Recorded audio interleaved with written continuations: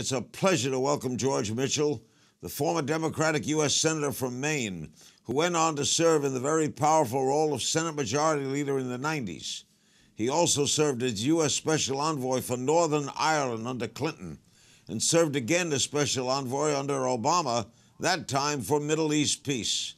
He was part of the Senate who voted unanimously for the confirmation of the late Justice Antonin Scalia, and he himself was very nearly nominated to the U.S. Supreme Court by Clinton to fill the vacancy created by the retirement of Judge Harry Blackmun in 1994.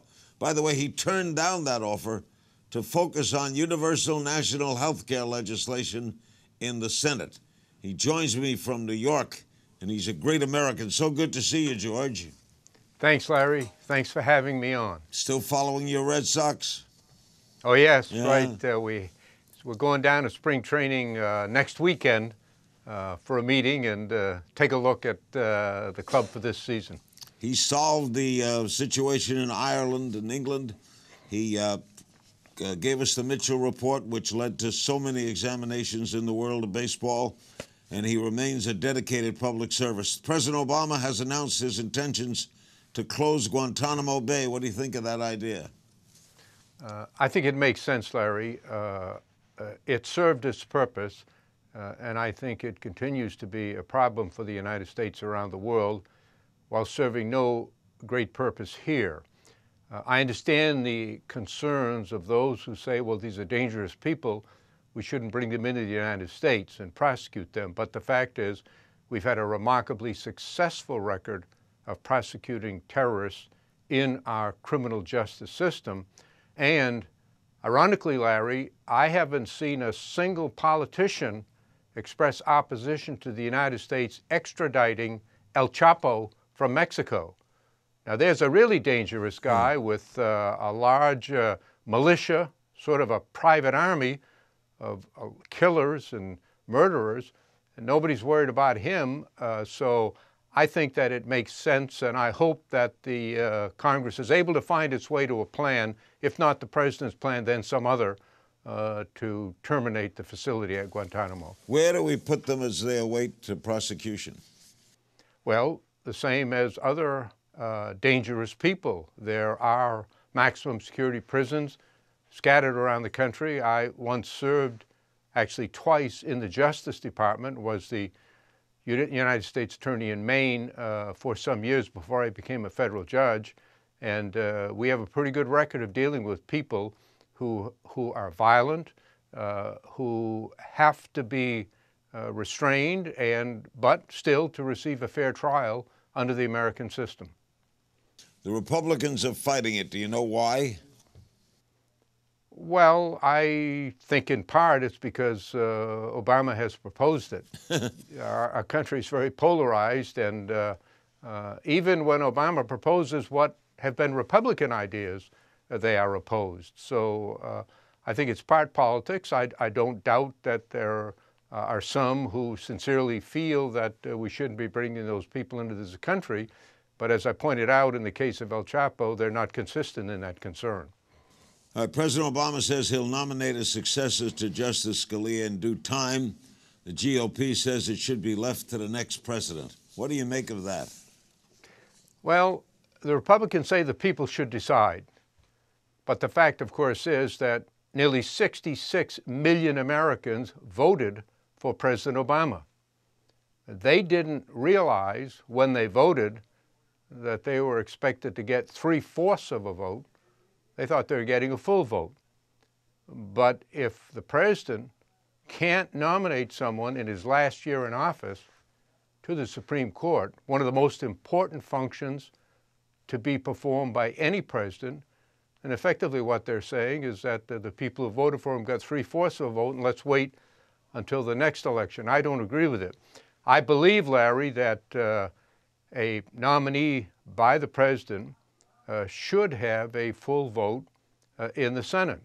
I was the Senate Majority Leader in 1991 when President George H.W. Bush nominated Clarence Thomas to the Supreme Court. We had 48 votes against him. We only needed 41 for a filibuster. I was strongly urged by many outside groups, some Democratic senators, to organize a filibuster, and we could easily have prevented a vote from occurring and prevented Clarence Thomas from being seated on the Supreme Court. I declined to do that. I said the right thing is that the president, who has been elected by all of the people, should have the right to nominate the person he believes best suited for that position. The Senate has the responsibility of evaluating that nominee, and then each senator, in his own judgment and conscience, makes a decision on whether he believes that person should or should not be seated. And so we had a vote. Thomas prevailed 52-48, and he's been on the court since. At the time, I hoped that doing the right thing would cause a reversal in the downward spiral of the way judicial nominations are handled in this country. I was wrong. It hasn't reversed the downward spiral. In fact, it's accelerated, and candidly, I must say both sides have been engaged in the process, because the reality is that when you start using a new weapon, people on all sides then use that weapon when they get the chance. Do you ever regret, George, having voted for Scalia? No, I don't, Larry. I did not agree with many of his decisions, but he was clearly qualified. He was a man of superior intellect, amazing use of the language, sometimes in a very sharp way when dealing with those with whom he disagreed, and the president who nominated him had been elected. That's the American system. No one person, no one side gets their way on everything.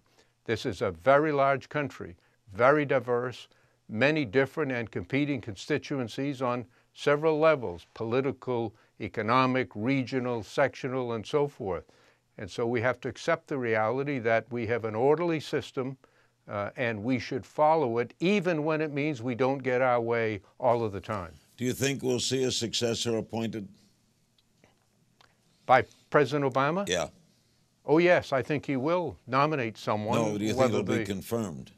Oh, that I doubt. I mean, I think the Republicans have already said if they've announced in advance that they don't want even to consider someone, why, there's no person on earth, or probably in heaven either, who could cause them to change their mind once it goes forward. But they at least have the responsibility to go through the process and put themselves up to a vote and take the consequences of that vote when they themselves run for election. Do you ever regret not having taken the appointment to the court? On occasion, Larry, I'm asked that a lot. I guess the single occasion that I regretted it most was when the Supreme Court announced its decision in the Citizens United case.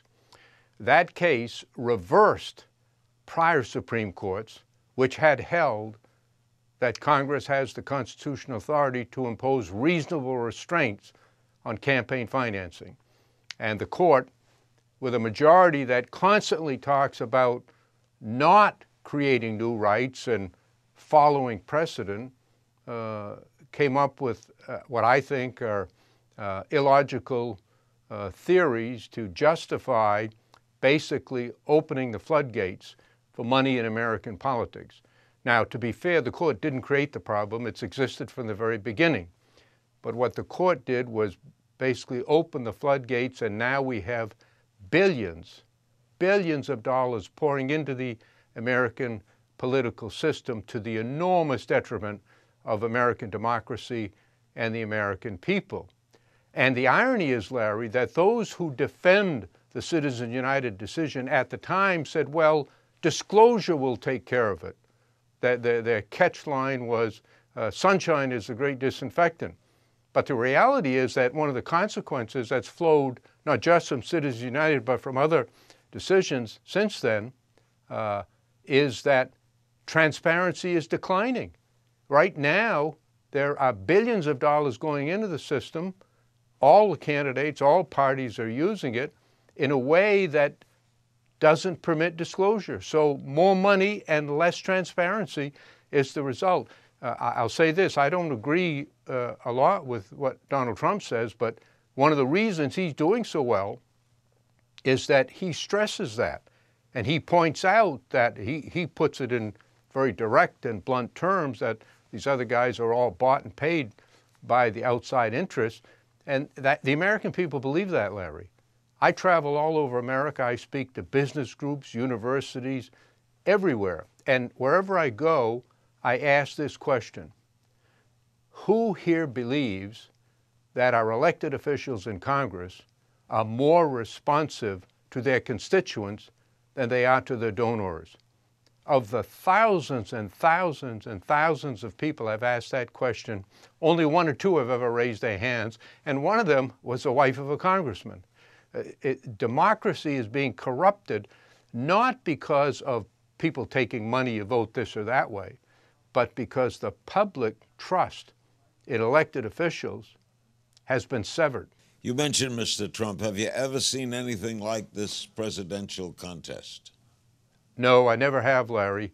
And I think you have to give some credit to Donald Trump and those who are advising him for figuring out how to transform the process by which presidential candidates are nominated. Only time will tell whether that extends into the general election. It's very difficult to take extreme positions in the nominating process and then get back to the center enough to win a general election.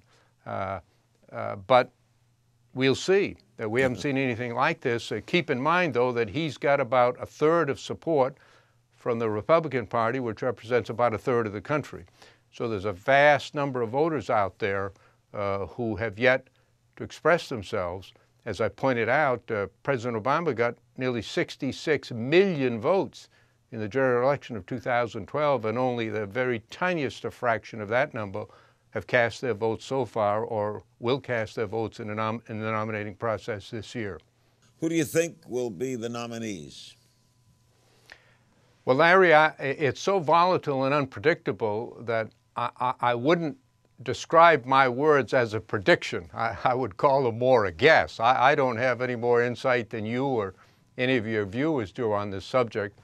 But my guess is, based on what we've seen, is that the nominees will be Clinton and Trump, and that the general election will be very close because they both will enter the election campaign with very high negatives among the general electorate. I have to say that it is, though, entertaining and interesting.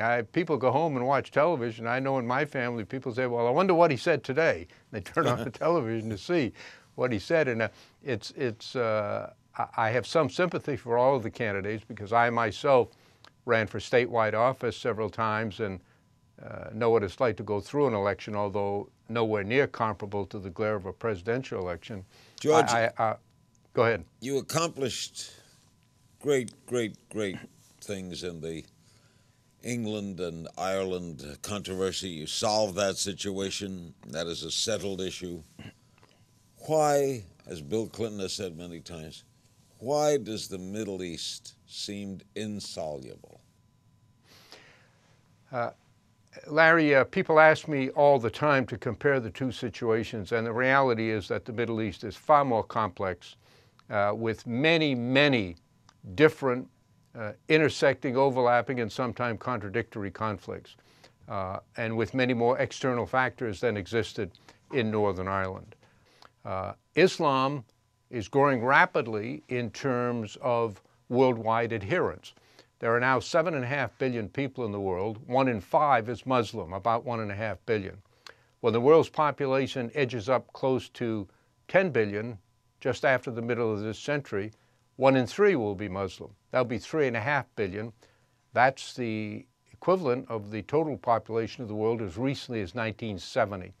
And Islam is riven by internal conflicts. The Sunni-Shia conflict, which began 1,400 years ago upon the death of the Prophet Muhammad, was not a religious difference. It was a political struggle for control of the caliphate. And there are many other internal conflicts within Sunni, within Shia, different nationalities, It's going to continue to be turbulent and filled with upheaval as a new order is established, I think, for quite some time to come. It's hard to be optimistic, isn't it? Well, it is, Larry, in the short term. But I'll tell you this, I did 2 tours of duty over there, once appointed by President Clinton, but served primarily in the George W. Bush administration, the second time in the Obama administration. And we weren't able to get an agreement between Israelis and Palestinians. No one has been able to. 12 presidents, 20 secretaries of state, many Israeli and Arab leaders. But I think it's so much in the interest of both Israelis and Palestinians. As you can see now with these horrific incidents that are occurring of knifing and other attacks upon Israelis, there's going to come a time when both sides will recognize it's so much in their self-interest that the pain of getting a political agreement will outweigh the pain of not getting one. George, it's always great talking with you. Stay in good health. I hope to see you soon. Thanks, Larry. Great to be with you. Former United States Senator George Mitchell.